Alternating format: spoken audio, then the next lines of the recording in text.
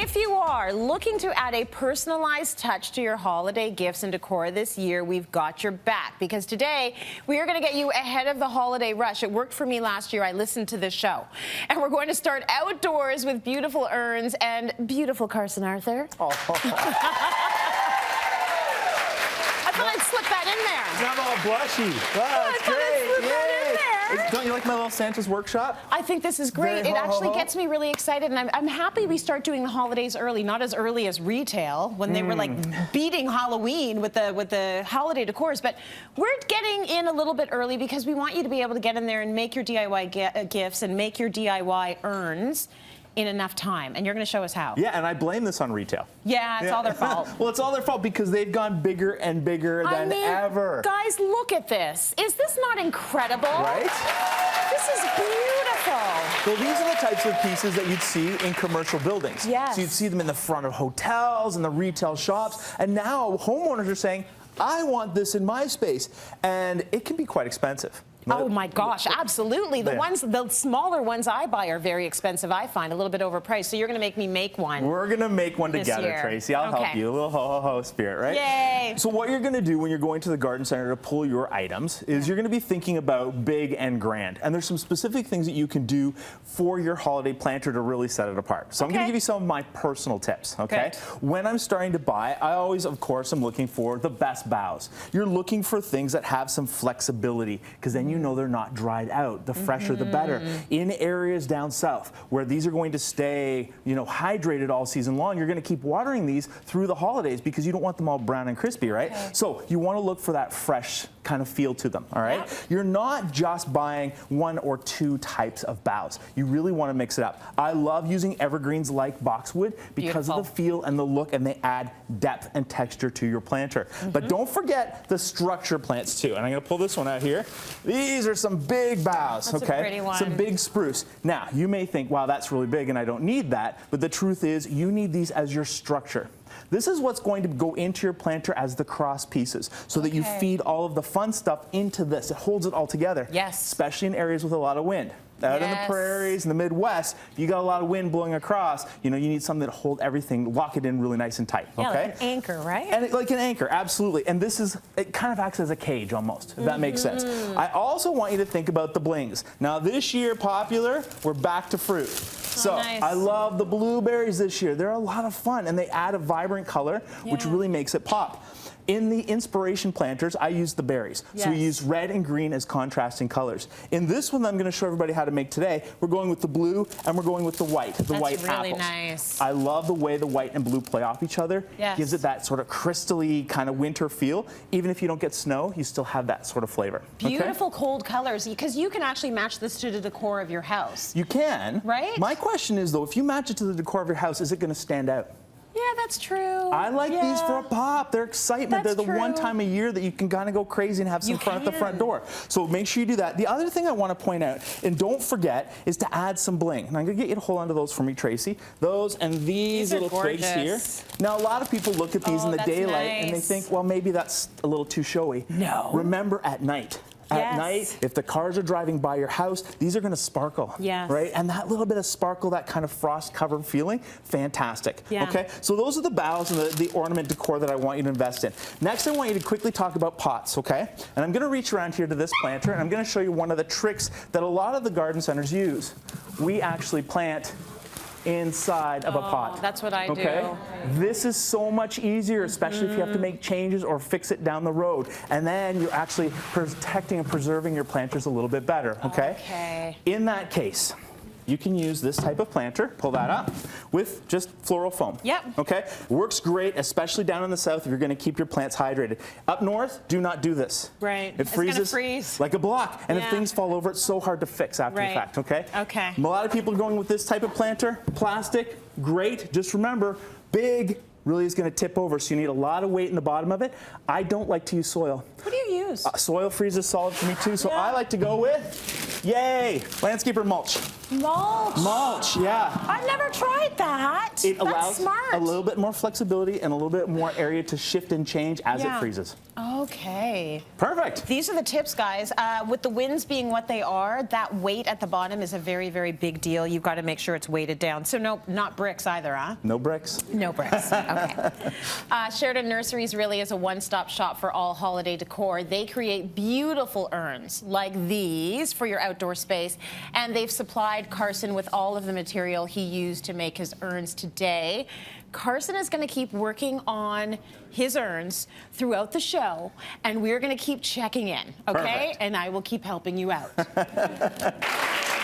need to check in with Carson to see how he's doing with his urns. Carson, how's it going? Thanks so much, Janice. I'm building like mad.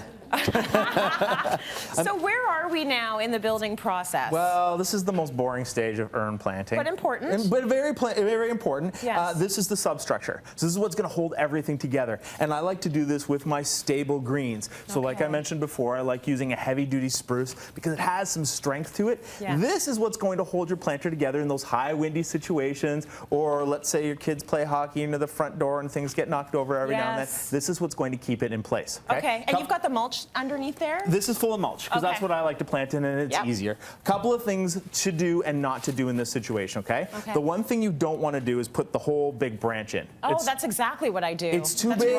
It's too big because this is not what you're supposed to be paying attention to. It's all the other fun stuff, okay? Okay. The other thing is when you're cutting it, and I'm going to do this, if you cut it like that, this piece is great, okay? So this can just tuck right in there, building our cage. But now this piece has that little white end on it, okay? Visually, what's going to happen is unless you cover up that white end, your eye is always going to be attracted to it.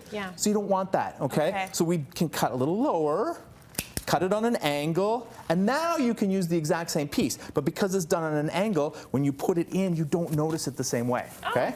All right, so that's pretty simple. We've built our structure. The next thing I'm going to do is start adding boxwood because I want some more texture in there. I don't want it all monochromatic. What are you sticking it all into? Is that just being stuck into the mulch? Into the mulch. And it stays so well. Just like that. You don't have any of the oasis in there? No, just the mulch. The other thing I want to point out when you're using mulch is when it freezes, it doesn't freeze like a block the same way dirt does. And if you're in an area where you get freeze thaw, you can split your planters using soil. Mulch doesn't do that. So again, I'm putting in my substructure here. You're starting to see it take shape. These are, again, just cross pieces. I'm building a cage to hold everything else in sort of in form, okay? By adding different layers of different green, you're adding visual texture. If you take a look at our inspiration unit here, we've added different layers of green to create the substructure of the unit itself. Okay? So you're doing this basically. Exactly. The juniper, the cedar, some of the magnolia acts as the same way. It's all trapping it into place. From here, we're going to add the bling, which is the fun stuff. Okay. I'm going to come back for the bling.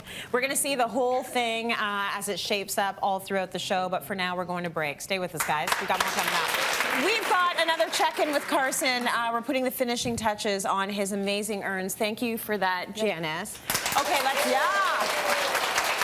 Okay. All right. You've got a ton of greenery here. You did quite a bit of greenery, and you have to. You want to fill it out so it looks like this. It looks beautiful. Exactly. Now, one of the audience members said, don't you start with the tall stuff? That's a good question. I always start with this because I want to lock the tall stuff into it. If anything's going to go flying, it's the tall stuff. So what I like to do, and I mentioned earlier that I like contrasting colors. So this is where I like to start building my height. That's and I stick it straight down in the mulch, not complicated, lots of bright color. This says to me winter. Again, even if you're in an area that doesn't have snow, white and green and fresh. Then I start adding the bling. Now I'm going to do this so that you don't get sparkles all over you. Thank you, darling. I realize that this is shedding on me. So we'll have a little fun with the color. Again, I love the way the blue and the white looks together. Now you're seeing a pattern here. I like to break up the pattern.